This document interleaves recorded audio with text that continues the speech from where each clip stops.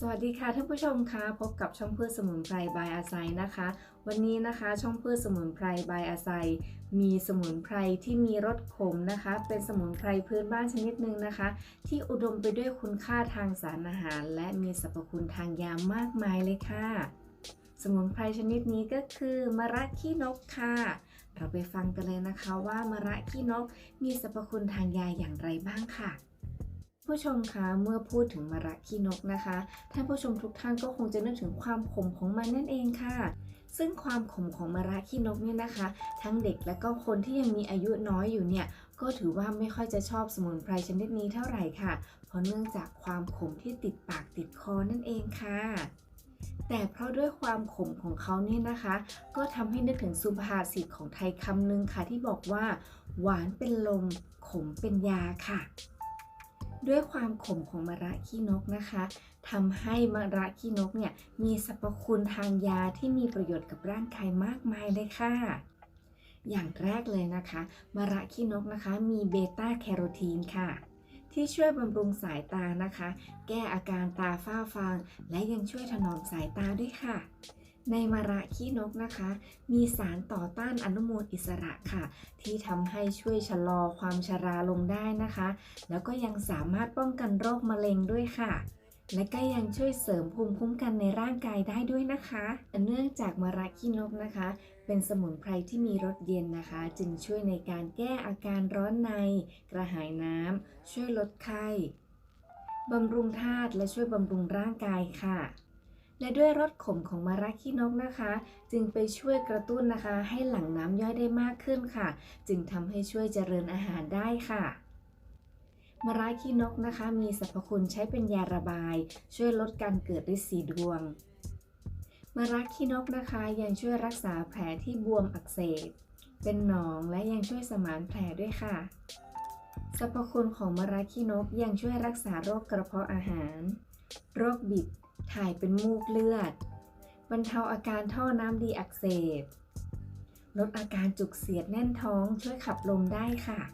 ส่วนเมล็ดมะระขี้นกนะคะสามารถนำมาทำเป็นยาถ่ายพยาธิได้ค่ะ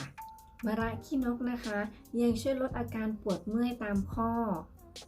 เช่นข้อมือข้อเท้าหรือช่วยลดข้อเท้าบวม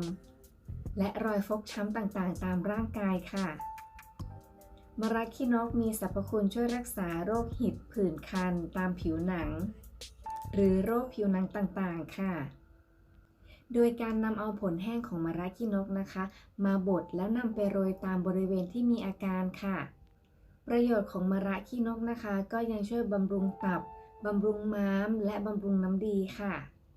มะระขี้นกช่วยลดไข้ลดอาการปวดศีรษะลดเสมหะในลำคอและอาการไอเรื้อรังมะระขี้นกนะคะก็ยังมีสรรพคุณในการช่วยฟอกเลือดทำให้ประจำเดือนมาตามปกติ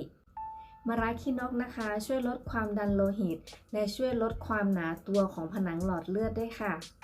มะระขี้นกนะคะช่วยลดอาการปากเปื่อยปากแห้งปากลอกเป็นขุยและช่วยลดอาการปวดฟันค่ะนอกจากมะระขี้นกจะมีประโยชน์และสรรพคุณทางยามากมายแล้วนะคะมะระขี้นกเองก็ยังมีโทษต่อร่างกายด้วยเหมือนกันนะคะดังนั้นจึงมีข้อควรระวังในการทานมะระขี้นกค่ะมะระขี้นกนะคะเป็นสมุนไพรที่มีฤทธิ์เย็นมากนะคะผู้ที่มีภาวะกระเพาะเย็นพร่องและม้ามเย็นพร่องไม่ควรรับประทานเพราะจะทำให้เกิดอาการท้องเสียและปวดท้องขึ้นได้ค่ะการรับประทานมะระขี้นกสุกอาจจะทำให้เกิดอาการปวดท้องท้องเสียมะระขี้นกนะคะช่วยในเรื่องของการขับเลือดดังนั้นสตรีมีครรภ์ไม่ควรจะรับประทานมะระขี้นกมากเกินไปค่ะเพราะอาจจะไปกระตุ้นให้การบีบตัวของมดลูกรุนแรงขึ้นค่ะทำให้เกิดอาการตกเลือดหรือเกิดแท้งได้ค่ะในเมล็ดของมะระขี้นกนะคะมีสารอยู่ชนิดหนึ่งค่ะที่ชื่อว่าสารไวซิน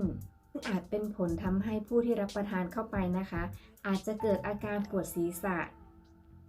ปวดท้องและยังเป็นไข้ได้ด้วยค่ะจากการศึกษาพบว่า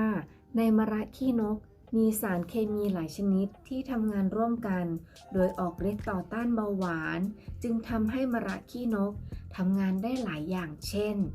ลดระดับคอเลสเตอรอลและไตรกลีเซอไรด์เสริมสร้างการเผาผลาญน้ำตาลและลดการผลิตน้ำตาลจากตับเสริมสร้างการสร้างอินซูลินจากตับอ่อนแต่ยับยั้งการหลั่งกลูโคสที่ลำไส้เล็กทำให้ร่างกายไวต่ออินซูลินและทนทานต่อกลูโคสมากยิ่งขึ้นจึงช่วยลดและรักษาระดับน้ำตาลในเลือดได้เป็นอย่างดี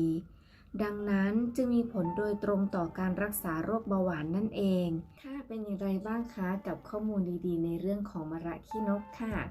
หวังว่าข้อมูลเรื่องของมะระขี้นกในวันนี้นะคะจะเป็นประโยชน์กับทุกท่านไม่มากก็น้อยนะคะวันนี้คลิปนี้ลาไปก่อนค่ะพบกันใหม่คลิปหน้าสวัสดีค่ะ